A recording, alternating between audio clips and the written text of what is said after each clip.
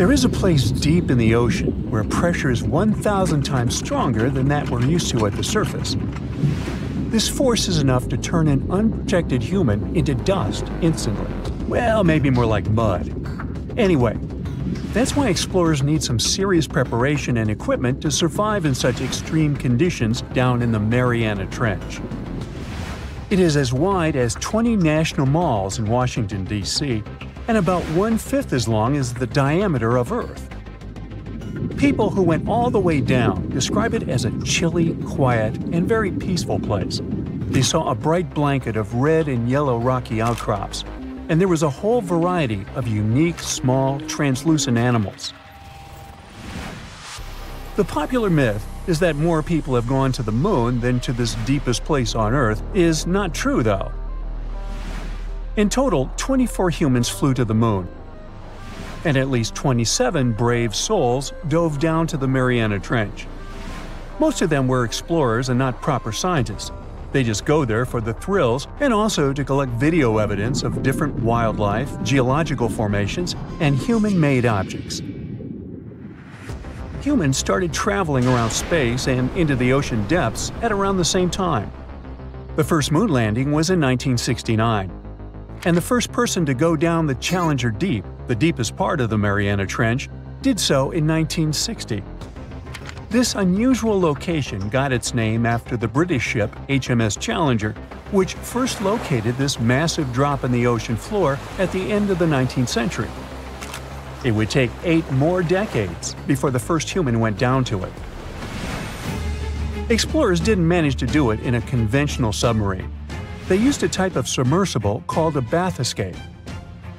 The Swiss oceanographer Auguste Piccard designed his own in 1953. 7 years later, the submersible managed to do the impossible. It had reached a depth of nearly 36,000 feet. But what explorers saw was merely a fraction of the trench's full size. The fact that it is so huge of the Mariana Trench is just one of the reasons why it's mostly unexplored today. The absence of light is another major issue. Sunlight is incapable of reaching such profound depths, so the entire trench, from top to bottom, lies in absolute darkness. Because of such conditions, the ecosystem is a lot different than the shallower regions of the Pacific. This puts immense pressure on marine wildlife. Yeah, the pun is intended. Another reason why it's so challenging to survive there is the temperature. Water freezes at 32 degrees Fahrenheit. At the bottom of the Mariana Trench, the ocean is just a couple of degrees above freezing. One of the factors that hasn't let this area turn into a giant icicle is the fact that salt water has a slightly lower freezing point. The other reason is geothermal energy that warms the ground at the bottom of these just enough for it not to freeze. That's why submersibles need to have proper insulation to navigate these icy conditions. When they reach the bottom, researchers find out that this desolate and harsh climate is home to several animal species. They encountered arrow-toothed eels, snailfish, and spoonworms at various depths. There were even strange-looking translucent sea cucumbers and shrimp-like amphipods. The biggest surprise was microbial mats thriving on methane and hydrogen from the mud. Among the species, the Mariana snailfish looks like a master of the environment that can go farther and deeper into the trench to feed on prey than its competitors. Despite its seemingly fragile appearance, the snailfish has adapted to withstand extreme pressures, a superpower it wouldn't be able to survive without. The exotic life forms that live deep down aren't normal-sized, since deep-sea gigantism makes them grow significantly larger than their counterparts in other ecosystems. One example is the giant tube worm, which can be 6 feet long. Science has a hard time explaining the exact cause of this form of gigantism. Thermal vents are just one of the possible explanations. All of these factors might help explain the huge time gap in researching the Mariana Trench. The first successful dive after the 1960 expedition came only in 2012. That's when the famous Canadian film director James Cameron went down in the deep-sea Challenger. Because few scientists have gone that deep before or after Cameron, There is no map of the deepest point on our planet. We know very little about the oceans that cover 2/3 of the Earth's surface. Researchers have mapped out only 5% of them so far. Science still has a lot to discover in the Mariana Trench and other unexplored places on our planet. The Amazon rainforest stands as the best example of the world's most unexplored regions. The list of reasons why this part of South America is unknown starts with its wildlife: jaguars, anacondas, piranhas, black caimans, and Brazilian wandering spiders are just some of the creatures that pose a risk for researchers. Relentless year-round rainfall induces heavy flooding. Add to all this some treacherous river currents, and you can see why scientists have mapped such a small percentage of the Amazon to date. In just one region of Brazil, near Peru, there are at least 14 tribes that have never had contact with the outside world. The national authorities intend to keep it that way. Isolation of these indigenous people is the best way to protect their future. The same goes for a remote island in the Indian Ocean. After the tragic tsunami of 2004, helicopters flew over North Sentinel Island to make sure its inhabitants were alive and well. Meanwhile, the Sentinelese weren't thrilled. They took up bows and arrows to drive away the unwanted visitors. This tribe is one of the last uncontacted tribes on Earth. Although anthropologists and filmmakers visited the island in the late 1960s, we still don't know much about its indigenous population. It sits a long way off any shipping lanes in the Bay of Bengal. North Sentinel has no natural harbor, and it's surrounded by a shallow reef. This makes access to the island possible only by boat. The Indian officials who lay claim to the island have prohibited outsiders from visiting the island for safety reasons. The estimates on how many people inhabit the island vary significantly, from as few as 15 to as many as 500. The island is not tiny. It's about 5 times as big as London's Heathrow Airport. Apart from occasional contact during the past 2 centuries, the Sentinelese must have been isolated for a long time. They are related to other indigenous groups in the Andaman Islands, but their neighbors cannot understand a word of their language. The continent of Antarctica has no permanent human settlements at all. The only people who periodically live there are international scientists. This vast expanse of ice and snow, roughly the size of the United States and Mexico combined, still has many regions where humans haven't set foot. Satellite imagery and photos that NASA's aircraft made from the air have mapped out the entire continent. So we know where to go, but it's not that easy. The reason for this are all the adjectives that go with Antarctica. It is the coldest, windiest, driest, and brightest of the 7 continents. This makes it virtually unlivable. More than 99% of its surface is covered with a permanent sheet of ice. Its thickness ranges from 1 mile to as many as 3 miles in some places. That's half the height of Mount Everest. Now, the Himalayan range contains the world's tallest unclimbed mountain. It is also the tallest mountain in Bhutan. In the local language, the mountain's name translates as White Peak of the 3 spiritual brothers. Out of respect for the spiritual beliefs of the local population, national authorities restricted and then completely banned mountaineering at the beginning of the 21st century. To this day, there is no evidence that any climber has ever managed to successfully reach the summit of this mysterious mountain. Ever wonder why, despite all our advancements in technology and science, there's a vast expanse of our own planet that we barely know about? Believe it or not, over 80% of our oceans remain uncharted territory. It's as if we've got this massive aquatic playground in our backyard, and we've barely scratched the surface. Also, did you know that only about 7% of our oceans have a special tag called Marine Protected Areas, or MPAs? How come this colossal body of water that envelops most of our planet is also among the most vulnerable and misunderstood spaces in the universe? Pressure has a lot to do with it. Our deep ocean is a beast of a place with no visibility, freezing temperatures, and pressure that's so intense that in certain areas it would make you feel like you're having the weight of 50 jumbo jets on your body. No wonder we're having an easier time sending people into space than to the bottom of the ocean. The deeper you go into the waters, the more pressure piles up. But let's not forget we have tech on our side, right? Scientists now use these cool satellite technologies that track the color of the ocean to check how much phytoplankton is there, for example. Why is this important, you might ask? Because these little plant-like critters are actually pretty major players in our big blue oceans. In the grand scheme of things in the aquatic world, phytoplankton is like the bedrock of the ocean food chain. It gives life to almost everything, from the tiny zooplankton, which are animal-like microorganisms, to those colossal, magnificent whales. When these technologies first came around, satellites could get clear images of the ocean faster than a ship could take the same number of measurements in 10 years.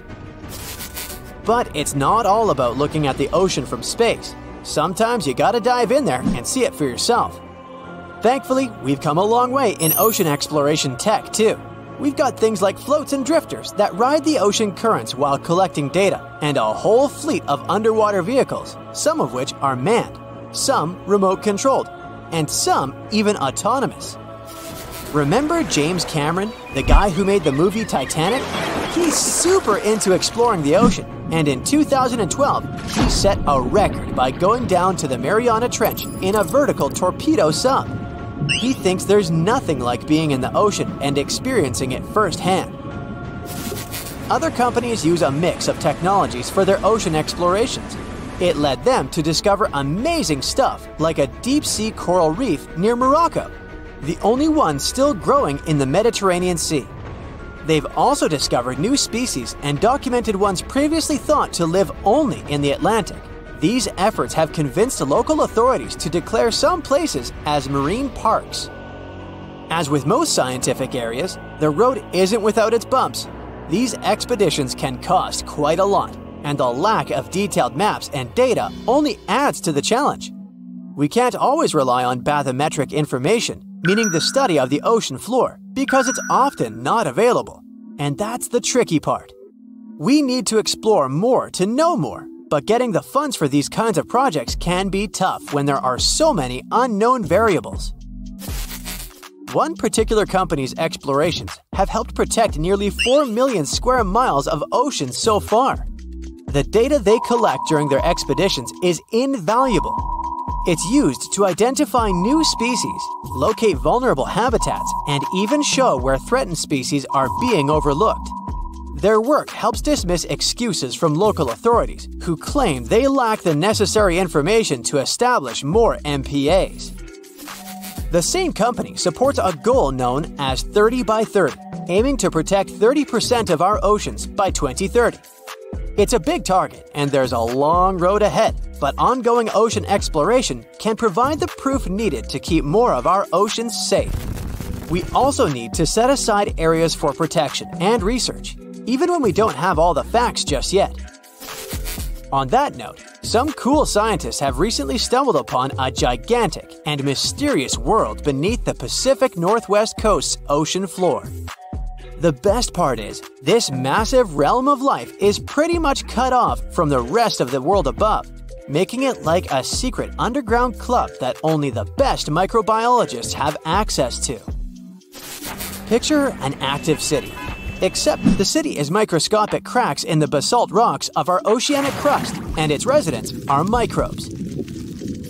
These tiny creatures aren't like you and me. They don't rely on sunlight or the organic products of land and water ecosystems for sustenance. Instead, they thrive on chemical reactions with rocks and seawater.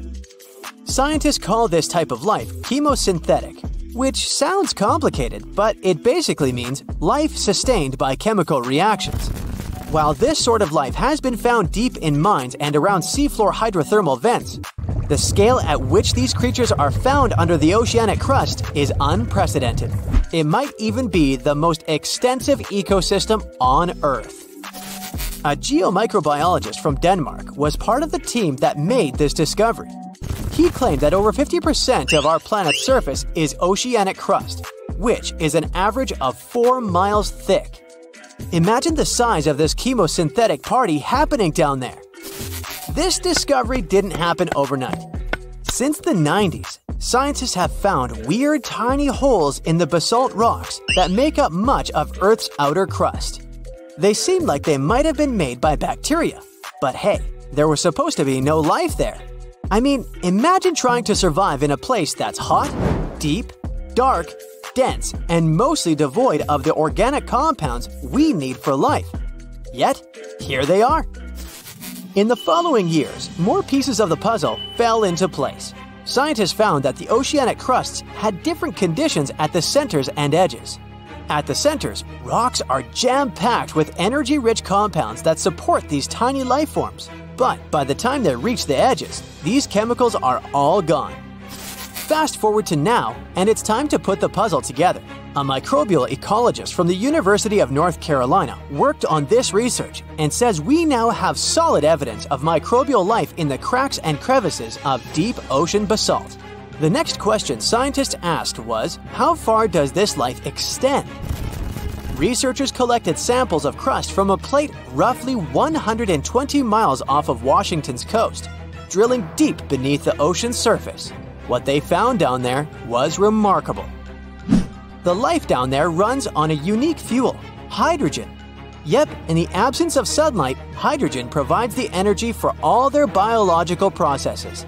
These microbes use hydrogen to transform carbon dioxide into organic matter. This matter and other byproducts, like methane, then fuel other organisms, creating a network of life. Of course, the life down there isn't as complex as the one we know up here. Scientists doubt there will be any multicellular life under the ocean because it's too hot and energy poor. But hey, who knows? This universe under our oceans still has a lot to reveal. This whole thing is significant for many reasons. First, it confirms that life can exist in places without oxygen, which changes our perspective on where we can find life. This makes us wonder if life could exist under similar conditions on other planets, where surface conditions might be too harsh.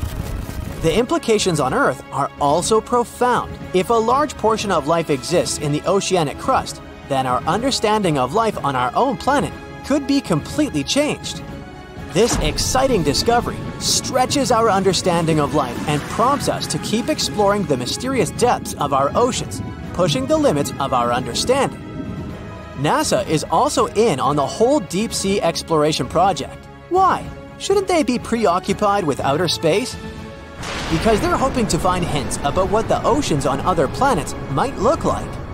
NASA specialists are really hopeful that by unearthing underwater secrets, we can solve some of the big questions about space. Plus, they're testing some nifty equipment for future journeys across our solar system.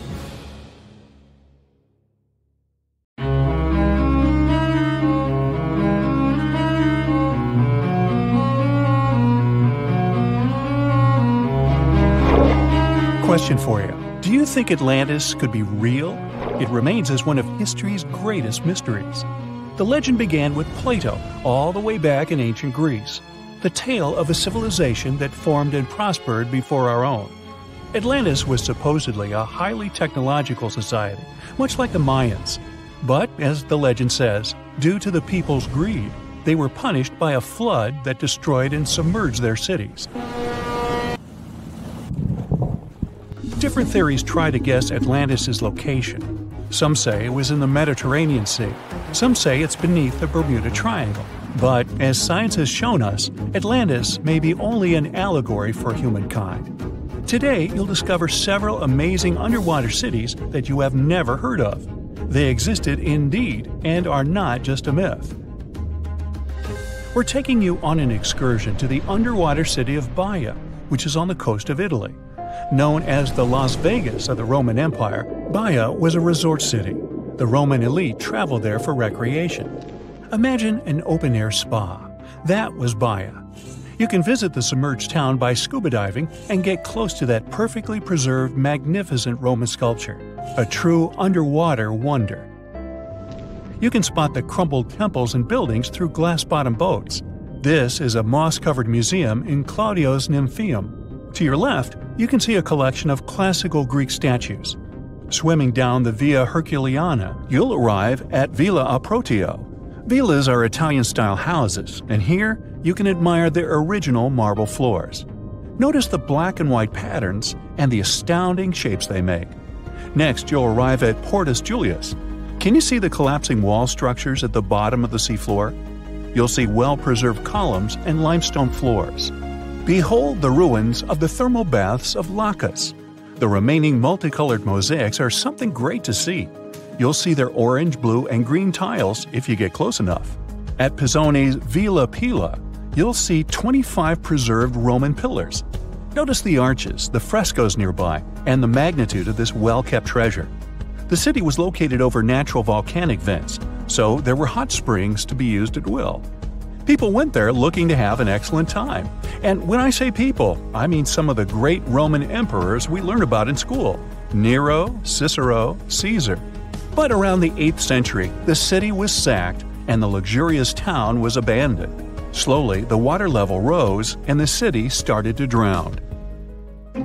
You are on a summer vacation off the coast of Greece, 4 hours outside of Athens, in the Peloponnese Peninsula on Pavlopetri. You dust off your snorkel and head for a free dive on a bright sunny day. Sometime into the dive, you start noticing patterns on the seabed. 13 feet below the surface, the outline of familiar objects starts to appear, one by one.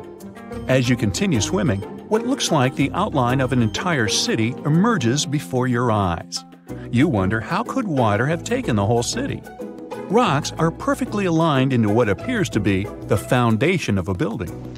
Nicholas Fleming, a British oceanographer on vacation in Greece, was the person that discovered Pavlopetri. He was documenting the seafloor artifacts. The team found the site filled with pots, storage vessels, and tools. A quern stone, for instance, is a tool used for grinding grains and turning them into flour. Multiple amphoras, which were found then, indicate that this settlement dated back to the Bronze Age, 5,500 years ago, when people started living in towns. The settlement is believed to have lasted for over 2,400 years. Pavlopetri is considered today the oldest submerged town yet found, and it's impressive that it wasn't a simple village. It was a vibrant port city with stone-built buildings, a marketplace, streets, and even squares. Let's continue our exploration and find secrets in other underwater cities. You are diving off the coast of the Ryukyu Islands. Pacific waters are far from smooth. There's a strong current pulling you into the deep sea. Suddenly, you see a huge structure thanks to the sunlight shining down on the seabed. At first, it looks like Machu Picchu's ruins across the globe in Peru. As you approach it, you slowly figure out its form. A pyramid-shaped structure, arches, staircases. It's something that could have easily been a palace or castle. Could this also be a sign of human activity? What you just saw is known today as the Yonaguni Monument. It also goes by the name of Japan's Atlantis. The entire monument is about the size of 5 football fields and the height of a 5-story building. Its most surprising feature is its expansive terraces that host large crowd gatherings. Explorers and scientists believe that Yonaguni dates back to 10,000 years ago. But whether it is a man-made structure or a natural formation is still under debate. For Japan's top marine geologist, Professor Masaki Kimura, Yonaguni is the heritage of a lost civilization. Kimura has dived into exploring the ruins over 100 times over the past 10 years. According to him, there are clear signs of human activity down there. The Triangle Pool, located on the monument's surface, is a triangle-shaped concave that is a historical symbol of water fountains in the region. There is also a giant turtle carved on the eastern side of the structure. And according to Kimura, turtles have an important cultural meaning. Several pieces of stone tools have been recovered from the site. Their estimated age dates back to 10,000 years ago. However, not all scientists are convinced of the same. For many, Yonaguni is the result of thousands of years of erosion. The fact that the monument is composed of one massive rock leads them to believe that it is not human-made. The defined edges and flat surfaces resemble a natural formation occurrence in Northern Ireland, known as Giant's Causeway. A series of interlocking basalt columns look like the ruins of a palace, but they were the result of volcanic activity in the region. Well, stay tuned for more underwater discoveries. The next stop on our voyage is one of today's most famous underwater cities that has turned into an underwater archaeological park. The city of Port Royal in Jamaica exists today only below the surface. But in 1692, it was one of the wealthiest cities in the Western Hemisphere. Port Royal was the center of the British Empire at the time, and an important trade city that attracted people from all over. It was also home to real-life pirates of the Caribbean. On the morning of June 7, 1692, the people of Port Royal met a different fate than they probably expected. The bars and restaurants beaming with life woke up shaking. People were taken out of bed with the power of a massive earthquake, estimated today at 7.5 on the Richter scale. One survivor says he saw the earth opening up and swallowing the town whole. What he said could be true, as the city was mainly built over sand. The ground sucked buildings, roads, and everyone above. Geysers erupted, and finally, waves as big as 10-story-high buildings hit the city. About 33 acres of the city disappeared underwater, and amazingly, most of its 17th century remains lie in good condition under 40 feet of water. In the ruins, archaeologists have found taverns, storage rooms, kitchens, and recreational buildings used for diverse purposes. You can see a grand lion statue, a submerged bridge, and many picturesque arches. Now, do you fancy a trip to India?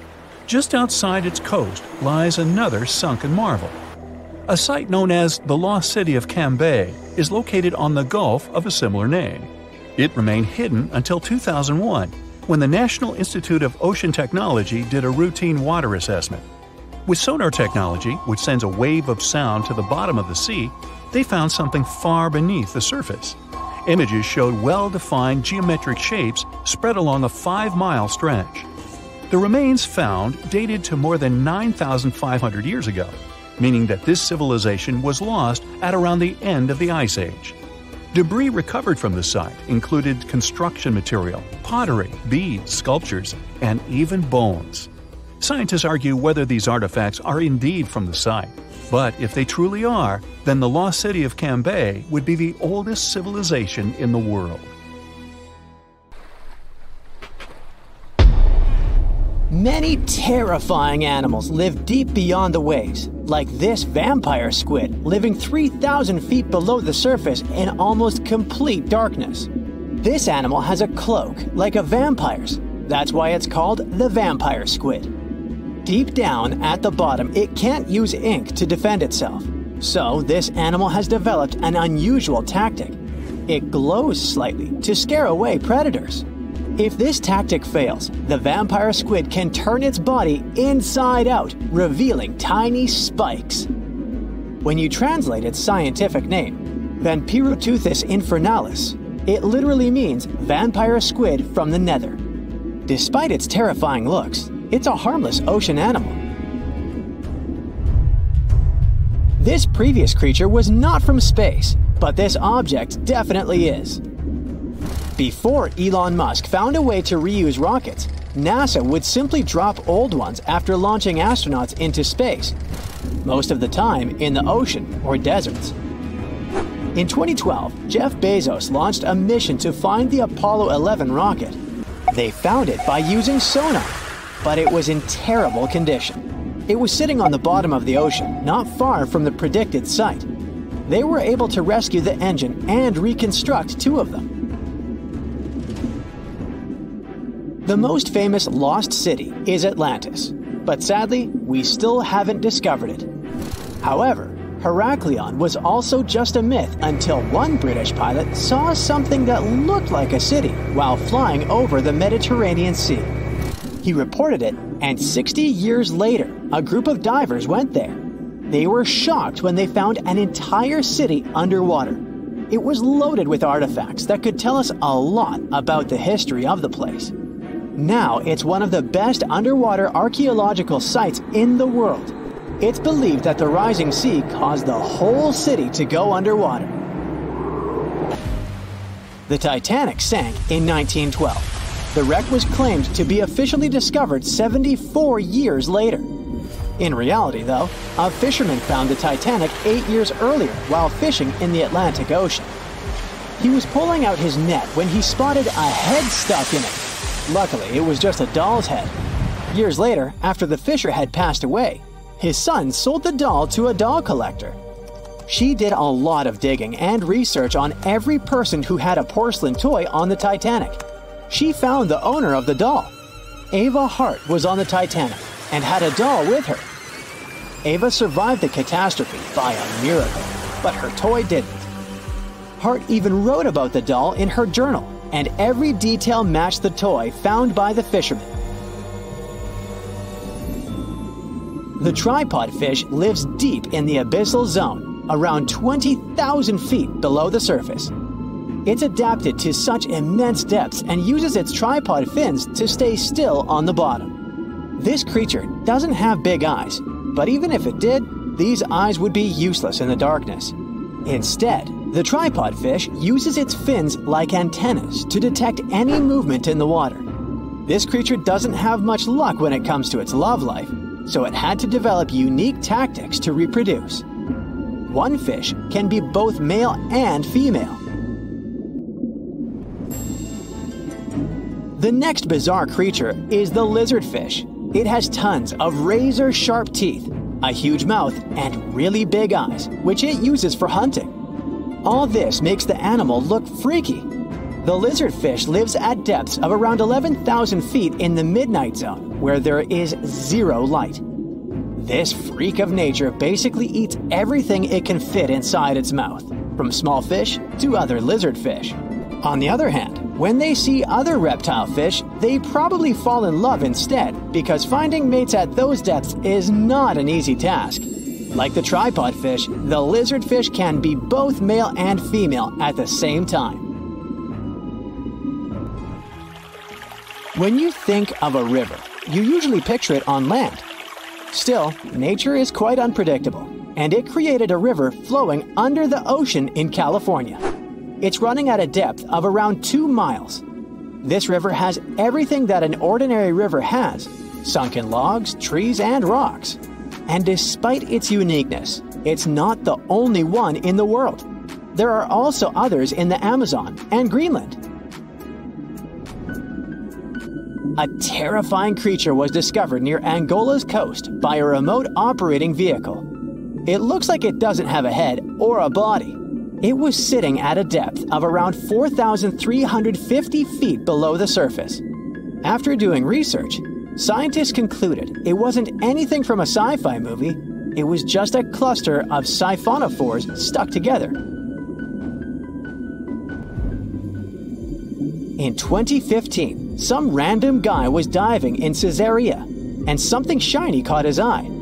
He reached out, grabbed it, and realized it was a gold coin. After that, he examined the bottom and found out that there were many more.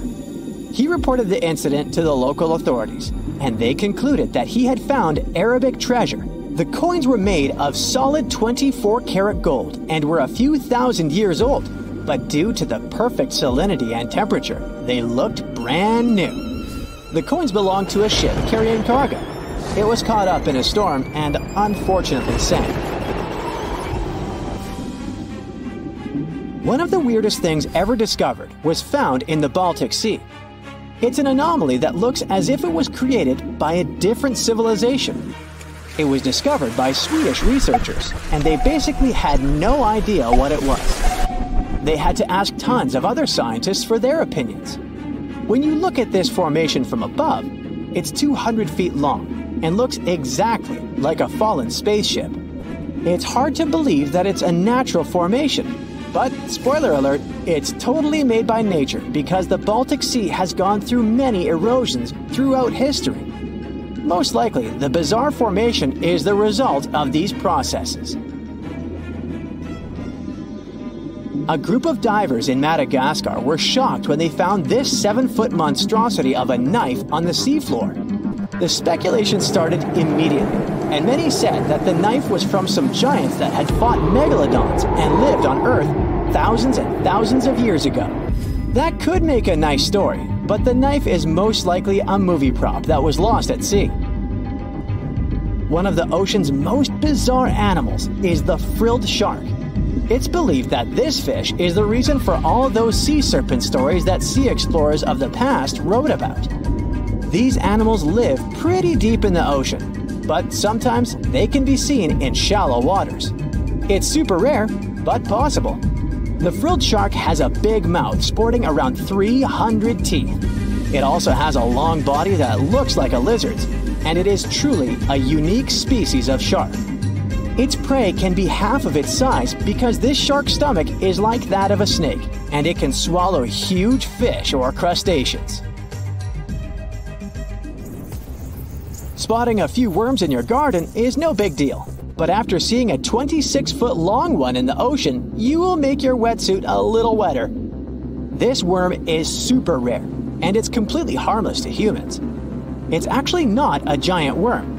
It's a cluster of zooids that are stuck together in a worm-shaped formation. They usually only eat plankton, bacteria, and other tiny things that can be found in the ocean.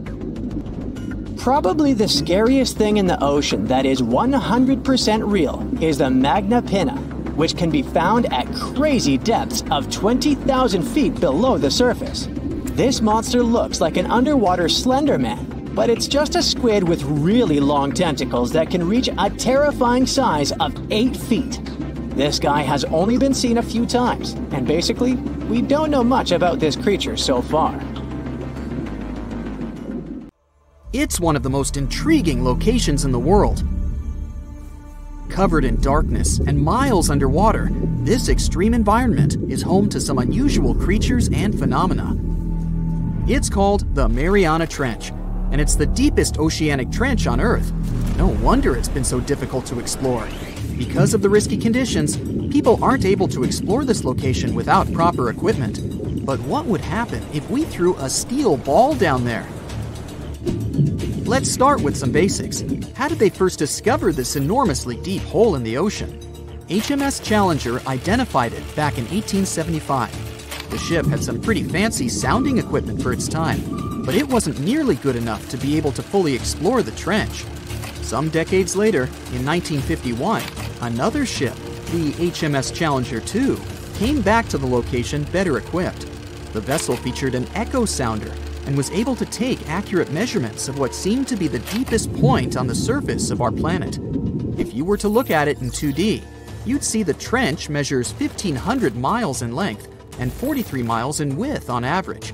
It also looks sort of like a crescent-shaped scar when you observe it from above. Nothing out of the ordinary so far, right? Well, if you were to stretch a wire from the surface of the ocean to the trench's deepest point, it would measure a staggering 7 miles. If we were able to physically move Mount Everest, which is the Earth's tallest mountain, to cover the Mariana Trench, it still wouldn't be enough, falling short by about a mile. Because the Mariana Trench is so deep, it's almost completely covered in darkness, as light can barely get through to such extreme distances underwater. The temperature isn't any friendlier either, just a few degrees above freezing. But the most dangerous feature of them all is the water pressure. Right at the deepest point of the trench, the amount of pressure is about 1,000 times higher than the standard atmospheric pressure. Not a lot of people ever attempted to descend into the Mariana Trench. In fact, the first organized attempt took place more than 60 years ago. It was done by Jacques Piccard and Don Walsh in a submersible. They only spent about 5 hours on their descent and a mere 20 minutes at the bottom. Alas, they weren't able to take any pictures. Until these two scientists were able to descend, specialists believed there was little to no chance that life could exist down there, given the conditions, most notably the extreme pressure. But while at the bottom, the submersible's floodlight caught sight of a creature. It was a very flat one indeed. As you can imagine, resources here are very scarce. What kind of creatures live down here? And how do they survive, given the harsh environment? Surprisingly, there is quite an abundance of wildlife living in the Mariana Trench. Some of these creatures fall back on chemicals to survive, like methane or sulfur, while other kinds of fish nibble at the marine life that's, well, weaker than them on the food chain. The most common creatures found here are xenophyophores, amphipods, and small sea cucumbers. Some of them adapted by hardening up their shell, using aluminum harnessed from the seawater. Smaller creatures, like microbes, adapted by feeding on the chemicals emitted when the seawater hits the underwater rocks. They consider the Mariana snailfish the rock star of the area in terms of wildlife. They're small, ranging from 3 to 9 inches, translucent, and lacking any scales. But they're the top beast of prey in the area. It's no wonder some people started to believe that the ancient megalodon might still be living here. What was a megalodon, you might be wondering? It was the largest predator ever known in our planet's history. Basically, the biggest and nastiest shark ever to have lived. Scientists believe it's been extinct for quite some time, and the idea that it might still be hiding in the Mariana Trench doesn't have a lot of supporting information. The megalodon would have needed to learn to navigate in complete darkness. It would either have to be bioluminescent or evolve to have massive eyes. More so, because of its school bus-like size, the megalodon would have needed a lot to eat. Microbes and small snailfish just wouldn't have done the trick. If a steel ball were to be dropped in the trench, what would be its effect on it? Would the ball be strong enough to sustain such pressure? Let's look at the science here. If we assume it's a solid steel ball, the pressure found at the bottom of the trench wouldn't be enough to really affect it and cause permanent damage. It would take it a solid 12 minutes to reach the bottom of the ocean, though. What about the temperature?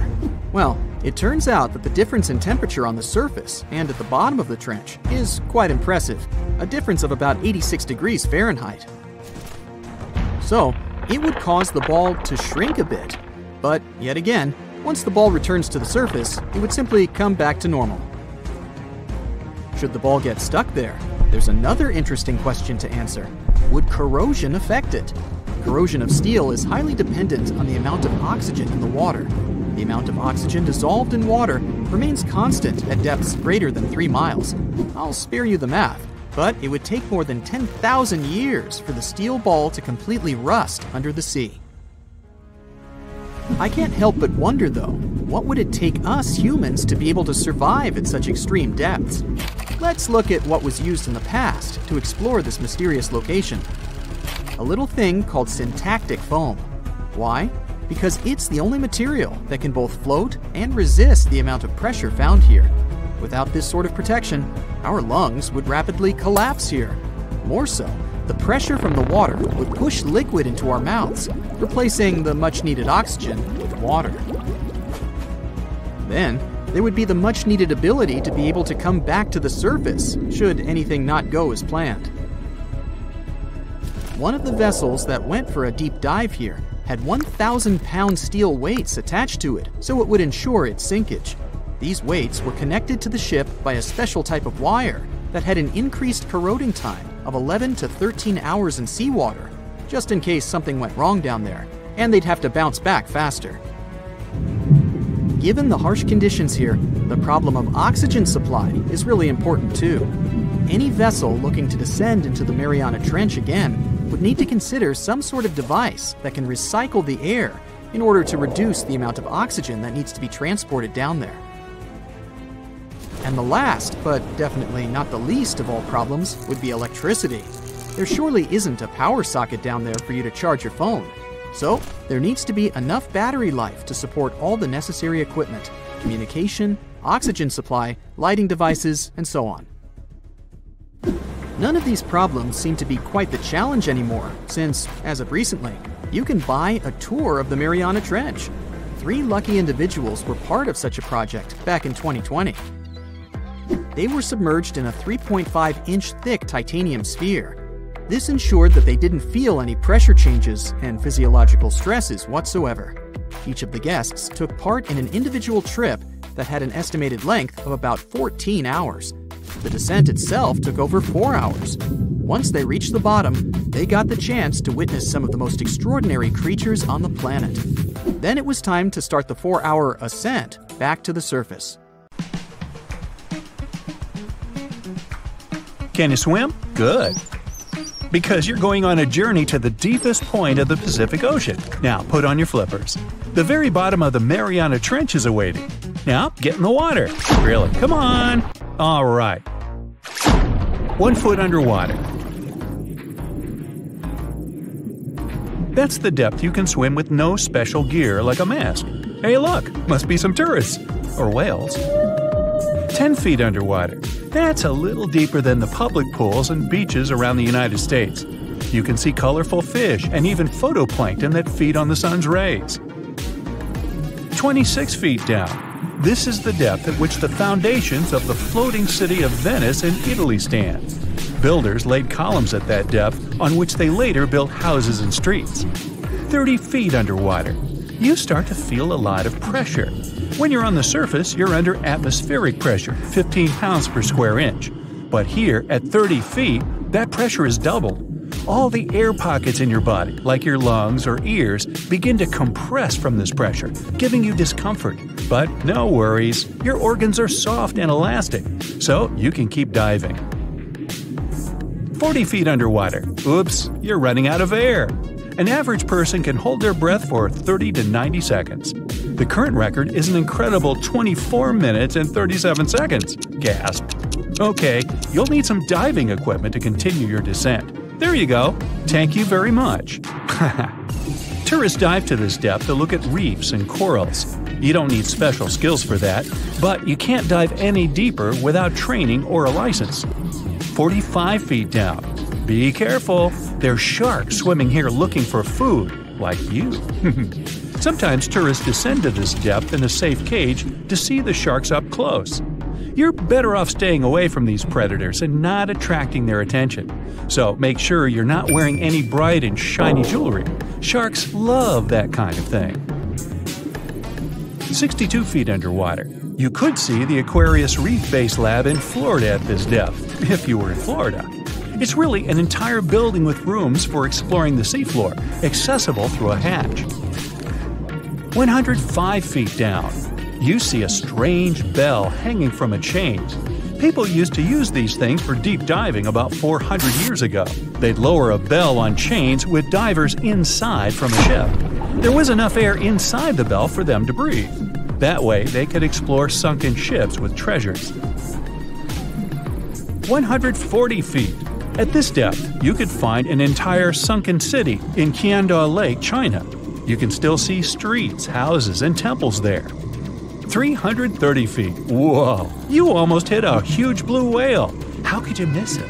These guys, the size of 2 train cars, usually dive to that depth. Shh! Let's listen to them sing for a while. It's beautiful. Now, let's keep going. 660 feet. This is where most of the ocean life ends. Sun rays hardly penetrate any deeper into the water. Everything below are unusual fish like this angler. They have such an unusual appearance because they have to adapt to the high pressure here. 702 feet underwater. This is the last mark where you'd see a human without diving equipment. This man holds the title of the deepest man on Earth, and he's the only one who has managed to get to this depth. The water pressure on his body here was 20 times greater than that on the surface. 985 feet. Ooh, what was that sound? Whoa, that's a submarine. That's the maximum depth they can dive to. Some of them can reach speeds of 26 miles per hour. Fun fact, an ostrich can run twice as fast, but she can't swim. 1,090 feet. Say bye to this scuba diver. You won't see them any deeper than this. The world record was set in the Red Sea. It only took the diver 12 minutes to reach this depth, but it took him a whole 15 hours to return to the surface to avoid decompression sickness. So now you get an atmospheric deep diving suit. It's completely sealed, and you won't feel the insane water pressure on your body in it. 1,454 feet. If you stuck the Empire State Building in the water, its tip would be here, and all the carpet inside of it would be wet. 2,300 feet down. The water pressure here is 70 times greater than on the surface. The flexible plastic parts of your suit can't withstand that kind of pressure. So here's some urgent delivery. It's an ultra-deep submersible. Now you can continue your dive all the way down. 2,717 feet. Here you'd see the tip of the tallest building on Earth, the Burj Khalifa. Alright, who's sinking all the tall buildings around here? 5,387 feet. This is the depth of one of the oldest and deepest lakes in the world, Lake Baikal. Its area is slightly larger than the entire country of Belgium. 8,040 feet. That's the record depth the Perdido oil platform reaches in the Gulf of Mexico, and its above-water part with 3 decks is almost as high as the Eiffel Tower. 11,962 feet. This is the average depth of the Atlantic Ocean. You can see a huge tube as wide as a giraffe's neck, and it just seems to be endless. True, this cable connected Europe and North America and used to serve for telegraph communications. 12,303 feet underwater. Suddenly, in the darkness, you see the outline of a ship. No way! That's the Titanic itself. The intense water pressure would crush a person at this depth, so you can only dive down to the Titanic in a submarine. 13,123 feet. Whoa! Here would be the end of the deepest mine in the world, Mponeng Gold Mine in Africa. But you still have deeper places to go. Let's speed up. 20,000 feet. Here you can see the deepest debris of an old ship. The USS Johnson sank more than 70 years ago. You can still clearly see the number 557 on its bow. 26,200 feet. Here, in this total darkness, you'll find the deepest fish in the world, the Mariana snailfish. They're as long as a domestic kitten and have almost transparent skin. Their eyes are poorly developed for vision because the sunlight never reaches this deep. 29,030 feet. If you take Mount Everest, flip it over, and stick it into the Marianas Trench, this is exactly where you'd see its tip. Even though this is the highest point on our planet, you'd still have a lot deeper to go. 35,755 feet down. Here, in the Challenger Deep, you'd still see life. You'd need a microscope for that, though. Bacteria living here feed on organic molecules, similar to oil. A little deeper? Congrats! You've touched the bottom. It's 36,070 feet deep. The pressure here is 1,071 times higher than on the surface. But you're not the first person to have been here. One of the last expeditions to the bottom of the Mariana Trench was in 2012. An American filmmaker descended here in a submarine he designed himself. But the pressure broke some of the engines, so it was hard for him to maneuver here. The sonar was also damaged, and some of the batteries drained. He was in the Challenger Deep for about 3 hours and took many pictures and videos. If you look closely at the bottom itself, you can see bubbles. It's carbon dioxide and liquid sulfur. It's freezing here because of the extreme pressure and temperature close to freezing. But there's still life here in these harsh conditions. The 3 microorganisms are most common here: Xenophyophores, amphipods, and small sea cucumbers. There's so few of them because they don't have enough food down here. Usually, there's a lot of palm leaves on the ocean floor, which get there from the land. But the Mariana Trench is 124 miles from the nearest islands. So the only food here is old plankton and fish scales from the ocean's upper layers. But it needs to travel tens of thousands of feet to become food for the bottom dwellers. But can you go even lower into the crust of the Earth? Well then, you'll need to unleash your giant drill and fire up the jet engines. You're pushing another 36 miles through the Earth's crust, and here is its edge. You've entered the upper mantle. It's an ocean of hot lava, 1,800 miles deep. You have to literally swim through this, reaching the outer core, another 1,400 miles deep. Then you reach the inner core, another 755 miles, and congrats! You're at the very center of the Earth. I hate to ask, but how do we get out of here? In the past 30 years, scientists have made an incredible discovery of a new creature living deep beneath the surface of the ocean. And the name of the creature is the harp sponge. Now, if you're wondering why it took so long to come across this animal, then I might have the answer. These creatures typically hang out at a depth of roughly 11,100 feet beneath the ocean's waves. This sponge species was first discovered off the coast of California thanks to a robot that was sturdy enough to explore those crazy depths the ocean has to offer. This is no doubt an area of the planet where even the most benign-looking creatures can be potentially dangerous. But even scientists were surprised to find that this creature was more than just a sponge. Now, this might seem obvious, but the harp sponge got its name because its basic structure, referred to as a vein, is the same shape as a harp. Each vein is made up of a horizontal branch supporting several parallel vertical branches. But don't let the harp sponge's fanciful and amusing appearance or its non-intimidating name fool you. Yeah, the harp sponge is very much a deep-sea hunter. It has a unique ability to capture and envelop small animals using its rhizoids, short, thin fibers. With their help, the harp sponge clings on to the soft muddy bottom and catches tiny creatures that get swept into its branches by deep-sea currents. Uh-oh. Other sponge creatures often feed by pulling bacteria and bits of organic matter from the seawater and filtering them through their bodies. But not our harp sponge. Instead, it snatches its future meal with minuscule barbed hooks that cover each of the harp sponge's branches. Now, harp sponges prefer tiny crustaceans like crabs, crayfish, shrimps, and prawns. Once the harp sponge has one of them in its clutches, it envelops the animal in a thin membrane before slowly beginning to digest it. So, pal, what's eating you? Oh, Harpo? Too bad. Researchers believe that harp sponges use this method of feeding because there aren't enough nutrients that deep down. This makes traditional filter feeding less effective. Research has shown that the creature is still in the process of evolving. Early harp sponges, researchers found, only had 2 veins. But later, scientists discovered other harp sponges that had 6 veins. The harp sponge might have evolved this elaborate candle holder-like structure to increase its surface area. In general, harp sponges typically grow up to a length of 1 foot, but researchers have seen a creature that was 2 feet in length. The harp sponge is not only very unusual, but also beautiful to look at. See those tiny white balls on top of the branches? Now, why don't we look at some other creatures that live below the photic zone of Earth's oceans? The photic zone means the area beneath the ocean's surface that still receives some sunlight.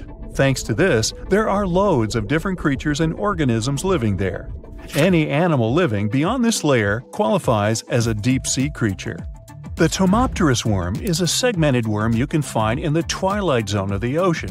This is the area that lies between 650 and 3,300 feet beneath the surface. These creatures are often no more than 1 inch long, but the largest of them can grow up to 1 foot. While swimming around and feeding, these worms do what researchers describe as an amazing smooth dance. That's because the creatures can swim extremely quickly and maneuver at tight angles with ease. Now, I know most people hear the word worm and think of the common earthworm, so it's quite interesting to know there's a deep-sea worm out there that never leaves the water during its entire life. Similarly, most of us try to avoid jellyfish that either rest on the sand or sit on top of the ocean waves. This isn't the case with a Chrysota jelly. That's a deep-sea creature too. This beautiful jellyfish is mostly ruby red, bright orange, or electric purple. That's what helped researchers realize they had found a new species of jellyfish. The creature grows to a maximum size of 1 inch across. It has tentacles that stretch out in every direction. Now, if you come close to this jellyfish, it'll pull all these tentacles in toward its body before rapidly swimming away to avoid danger. Yes, you are dangerous. The Chrysota jelly is extremely rare. You won't see it very often. You might need to borrow that deep-sea diving robot I mentioned earlier. While worms and jellyfish might seem quite harmless, this isn't the case with the Pacific viperfish. Ooh. This creature is equipped with a noticeably big mouth, like me. And the needle-like teeth inside are key to its hunting strategy. Pacific viperfish live at around 5,000 feet below the ocean surface. But they're among those numerous marine animals that migrate each night from the ocean depths toward shallower waters to dine. What's on the menu for dinner tonight? Lots of small fish and shrimp. The creature can grow up to 12 inches in length. Its 2 front fangs, which stick up from the fish's bottom jaw past its own eyes, are especially dramatic. When the fish unhinges its jaw, its mouth can open wide enough to engulf smaller animals, and the teeth form a cage to prevent an escape. Now, have you ever seen an underwater creature that looks like a strawberry? Trust me, it does exist. Just look at these dots on the strawberry squid. The creature has a big eye and a smaller one. You might think this unconventional pairing would be awkward and uncomfortable, but it's actually the opposite. The big left eye looks upward. It spots shadows cast by other animals in the dimly lit waters above. The eye's tubular shape helps it collect as much light as possible. On the other side of the squid's head, you can see its right eye. It's small and looks downward. This eye searches for flashes of bioluminescence produced by animals lurking in the darker waters below. Now, bioluminescence means the production and emission of light by living organisms. By the way, the squid has a nickname. And no, it's not Squiggy, although that's a great one. It's known as the cockeyed squid. This is simply due to the remarkable difference in size between its two eyes. I think I like Squiggy better, and so it goes. Since light doesn't reach the deep sea, the strawberry squid's body actually looks black. This helps the creature hide from enemies, such as sharks and dolphins. In general, the strawberry squid grows to a length of 5 inches. It typically lives around 3,000 feet below the surface, but floats to shallower waters at night. Now, the feather star is a marine creature without a backbone, but with feather-like arms that radiate from the center of its body. These creatures first appeared around 200 million years ago. Related to sea stars, they look like a flower, but if you approach them, they'll quickly swim away. But not all feather stars can swim. Many species can only crawl along the bottom of the seafloor.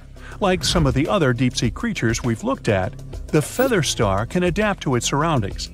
It has a creepy ability to shed its arms, the same way some lizards can shed their tails. This also helps them escape from their enemies. Feather stars live all across the globe, from the equator to the poles, from the shallow waters on top of reefs to the deep, deep sea. Now, given that we're dealing with mysterious creatures, the name of this one is quite fitting. The swift vampire squid should be the official symbol of life in the deep sea. The animal has a dark red body, huge blue eyes, and a cloak-like web that stretches between its 8 arms. This, along with its name, may suggest that the creature is some form of a terrifying hunter. In reality, though, the vampire squid is a soft-bodied, timid creature, about the size, shape, and color of a football. It grows to roughly 12 inches in length and lives 3,000 feet below the waves. There's almost no oxygen there, but also relatively few predators. Whew, I think I'll need to decompress from this one. Hello, Brightsiders! Do you know where the deepest place in the world is? I think it's in the Pacific Ocean, near the Philippines and Papua New Guinea. It's the famous Mariana Trench. So let's take a tape measure, a very long one, and attach its end to the boat on the surface. Now we hold our breath and jump in the water. Fish and marine animals swim by. We descend lower to the depths and into total darkness, and after several hours, we reach Challenger Deep. The tape measure shows a depth of 36,200 feet. The famous Mariana Trench is not the deepest place on Earth, as everybody thought. The Kola super deep borehole located in Murmansk region in Russia beats it by a wide margin. And scientists have discovered something unusual and sinister there. When geologists were drilling the hole, they could reach the depth of 9 miles. And then they encountered voids. Scientists on the surface were surprised and scratched their heads and then decided to lower a microphone and dozens of other sensors in these voids. The temperature down below turned out to be 2,000 degrees Fahrenheit, and the microphone recorded something that sounded like human groans and screams. Many people thought the scientists had been able to drill into the underworld. The shocked people up above had already begun to panic, but suddenly an unknown creature jumped out of the drill pipe. It looked like a black goat that walked on its hind legs. Its body was shrouded in black flames. The creature got out of those deep hollows and ran off into an unknown direction. Okay, wait. These are just myths that one newspaper published on the 1st of April. It's International Joke Day, by the way, but many people believed it. It made many believe the scientists working at the borehole had opened a portal to the Nether, and that now horrible, outworldly creatures were free from their imprisonment. But like with any myth, there's some truth to it. The deeper the scientists drilled, the higher the temperature got. At 3 miles deep, it was 160 degrees. At 4.5 miles, it was 250. And at the maximum depth of 7.5 miles, the sensors recorded a temperature of 413 degrees. One day, scientists heard a loud explosion underground.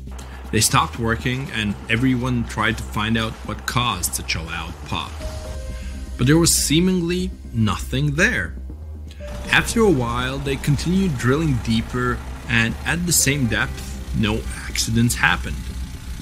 The drilling began in May 1970. They passed the first 4.5 miles quite easily, and it was primarily hard granite rock. It was like drilling through a hard wall. But then their drill went into softer layers, and the shaft of the hole began to crumble. It was like drilling in wet sand. Every time the workers took the drill out, there was a risk that the hole would collapse under its own weight. As that eventually happened, the scientists picked a new direction to drill, and you know what's interesting? In the end, the map of the entire well looked not like a straight beam from top to bottom, but like a tree trunk which had diverged into many different routes.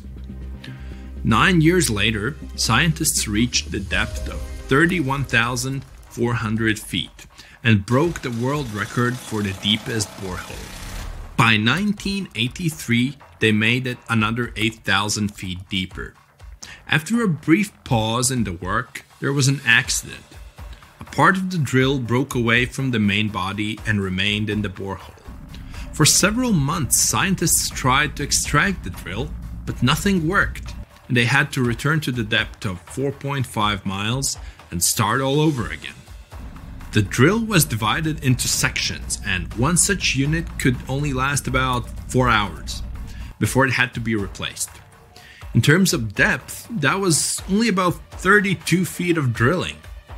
Then the drill was lifted to the surface, replaced, and lowered back down. On average, the drilling speed was about 200 feet per month. That's like a 20-story building. In 1990, 20 years after the work had begun, scientists reached the final depth of 40,230 feet. That's like 100 soccer fields down. And after another accident, the work stopped. Guinness World Records registered the Kola Super Deep Borehole as the deepest borehole in the world. It's like Mount Everest plus 9 Empire State Buildings on top of it. One of the most unusual discoveries at the Kola Super Deep Borehole was that the soil at the depth of about 2 miles almost perfectly matches the composition of the surface of the moon. It has given us more insight into how our ancient satellite appeared and formed. It seems that in the early stages of Earth's formation, a giant asteroid crashed into our planet. With that kind of force, it caused an explosion so powerful that part of our planet broke off and flew upward. This chunk of Earth remained in our planet's orbit, cooled, and later formed into the moon we know today. Another surprise for the workers was the presence of gold. There was about 2.5 ounces of gold for every ton of soil lifted. The deeper the scientists went, the older the rocks were. In layers of rock about 2.8 billion years old, they found fossilized remains of living organisms. It made the world of science bubble with excitement, as it meant that life on our planet appeared 1.5 billion years earlier than first thought. In the early 1990s, they shut down the drilling project. Gradually, the buildings around the borehole and the drilling equipment were lost. Today, a lot of tourists visit the place. It's because of those same myths about creatures from the underworld. Yes, there's a hole 7.5 miles deep under that rusty lid. But the scientists working there never reached their goal. They wanted to drill into the Earth's mantle, but to do that, they would have had to dig down to a depth of about 44 miles. At 200 feet per month, it would have taken as long as 80 years. That's assuming no accidents happened. But the deeper it goes, the more interesting it gets. A few years ago, they found a massive amount of water deep underground. Somewhere up to 370 miles down, there's a substantial ocean billions of years old, and the amount of water there is several times greater than in all the oceans, seas, and rivers combined on the surface of Earth.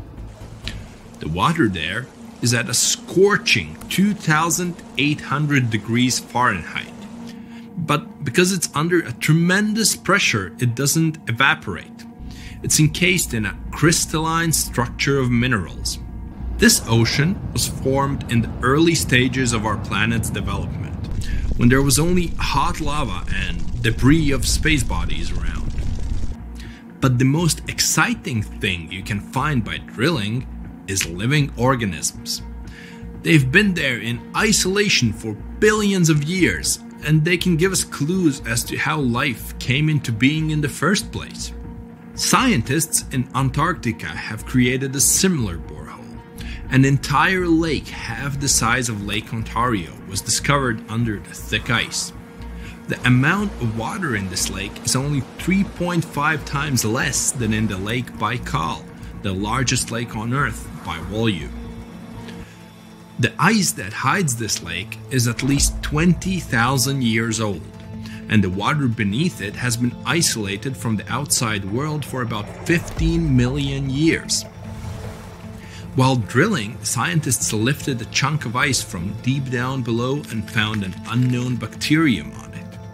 Its genetic code was only 86% similar to known living organisms. That means that we've never seen bacteria like this before, or it had come from outer space.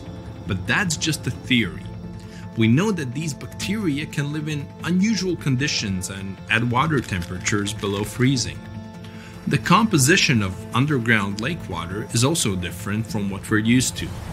There's a lot more oxygen and carbon dioxide in it. Add to these conditions complete isolation, and we get living organisms that have developed and evolved in a completely different way.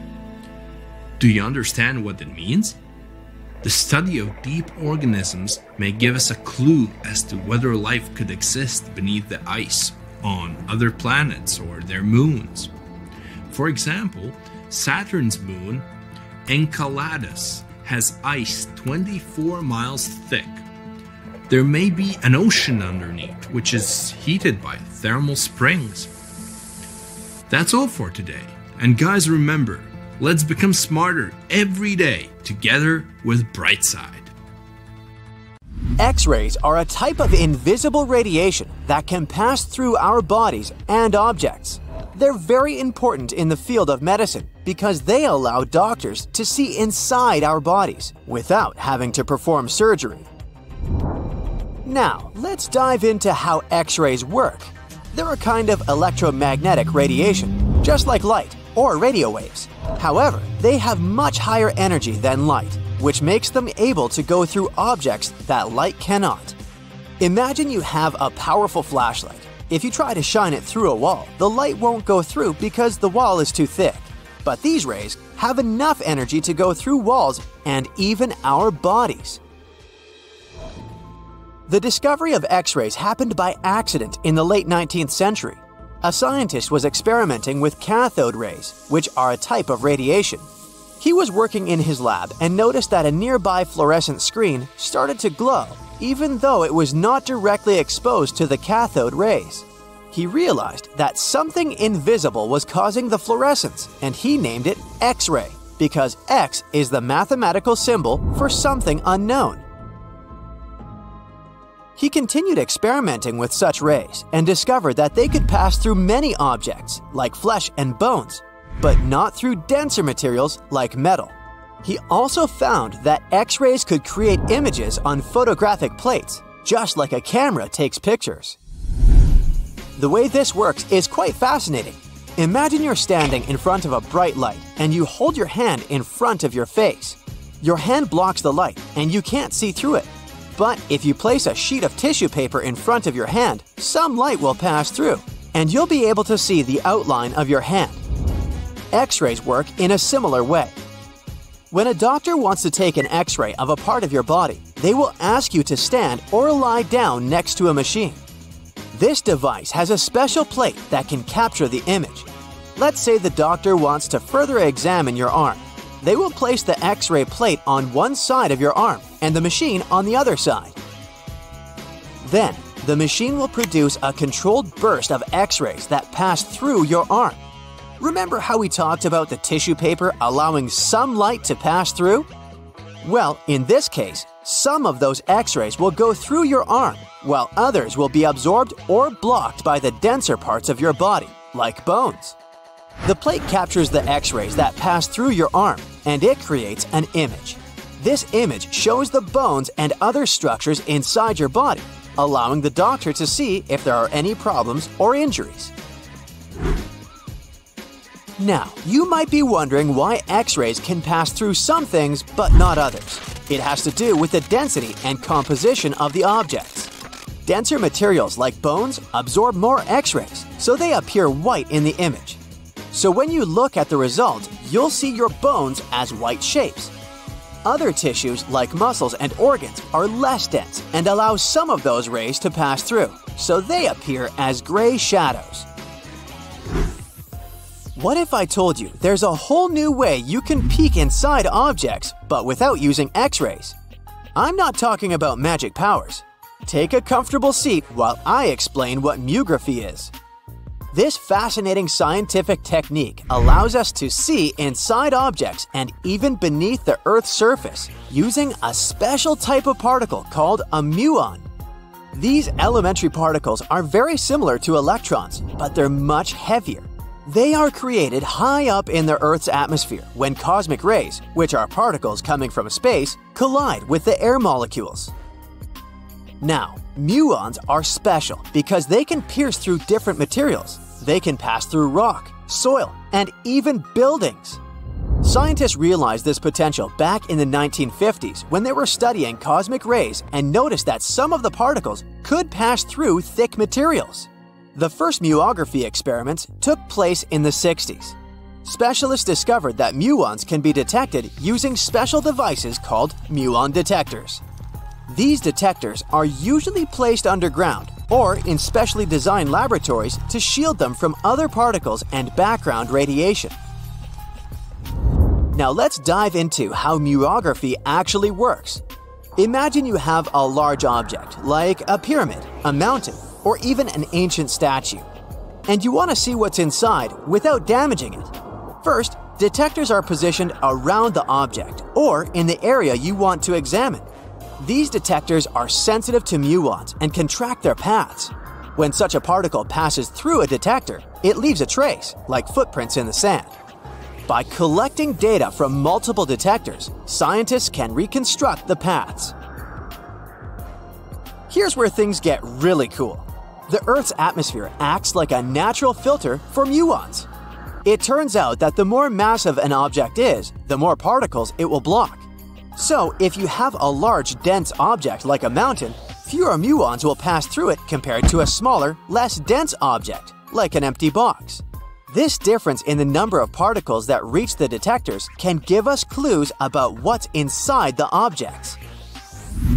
Scientists use computer algorithms and mathematical techniques to analyze the data and create images. These images represent the density distribution of the object being studied. It's like creating a map that shows where the densest areas are and where there's gaps inside the object. The concept of myography is similar to using shadows to understand the shape and size of an object.